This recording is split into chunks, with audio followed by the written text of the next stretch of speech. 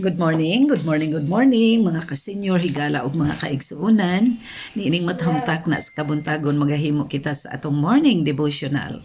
Ang text nga ato ang pagatun-an karon ani dinhi mabasa sa Mateo 24 versikulo 14 nagaingon dinhi og kining maayong balita mahitungod sa paghari sa Dios iwali ngadto sa tibuok kalibutan aron masayod niini ang tanang tawo ug unya moabot ang katapusan. Magampo ta. Amahan nga langit no niining matahumtak na sa kabuntagon, niining adlaw sa pangandam adlaw nga Biyernes karon. Salamat o Dios nga ikaw na gauban ka namo kanunay niining among morning devotional. Panalangini kini nga buluhaton nga magapadayon hangtod sa imong pagpadayag ug andama usab kami nga makasabot niini ug amo sa mapangandaman ang dakong adlaw sa kaluwasan. Pagpangandam sa among kinabuhi niining amo ang pagkinabuhi ni hinapos nga panahon. Salamat ikaw nagatubag sa pangalan ni Jesus. Amen. Magapadayon na usab kita mga minahal ko mga ka-senior, higala og mga kaigsuunan sa pagpaminaw niining mga hitabo sa katapusang panahon. Nagaingon dinhi ang magsusulat dakbayan sa New York. Nagasulot si Ellen White dinhi nga nagaingon siya dinha, wala nagapakanaog ang Dios sa iyang kaligutnot sa walay kasimbog sa kaluoy. Iyang gihupong gituyod ang iyang kamot. Kinahanglan ang iyang mensahe imantala sa Greater New York. Kinahanglan ipakita sa katawhan kung unsa ka posible para sa Dios pinaagi sa pagtandog sa iyang kamot, ang paglaglag sa ilang mga kabtangan nga ilang gipanagtigom batok sa dako nga adlaw sa katapusan. Wala ipakita kanako sa dayag kung unsay mahitabo sa dakbayan sa New York. Ang ako lang nahibaluan nga ang dagko nga mga gambalay niini mga lumpag pinaagi sa makabali ug makapukan nga gahom sa Dios. Moabot ang kamatayon sa tanang dapit.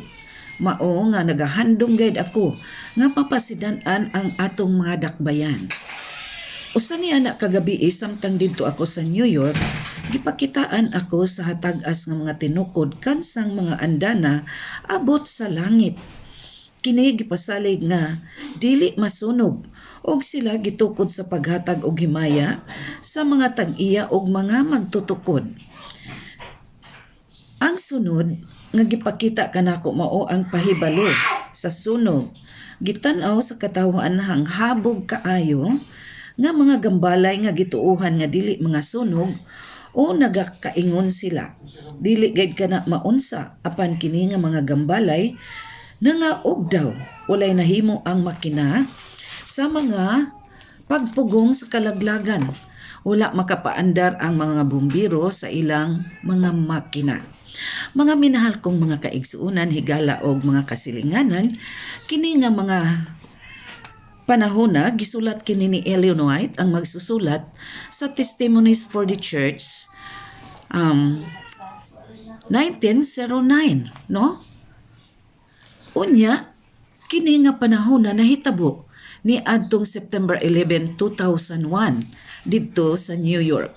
Nahinumdum ba mo sa Twin Tower nga nasunog, no? Nga gibanggaan og mga eroplano, mao kining panahon na o gisulat kini ni Ellen White ni adtong 1909 sa dihang iya kining nakita sa iyang mga panan-awon. So nagaingon dinhi ang New York wala makapa mga pagpugong sa makina, wala sila ang mga bombero, wala ni ini maka paandar sa ilahang mga pagpaundang unta sa mga sunog ni atong panahon na apan bisan sa ilang pagpaandar sa makina sa maong mga bombero sa truck, wala nila mahimo ni.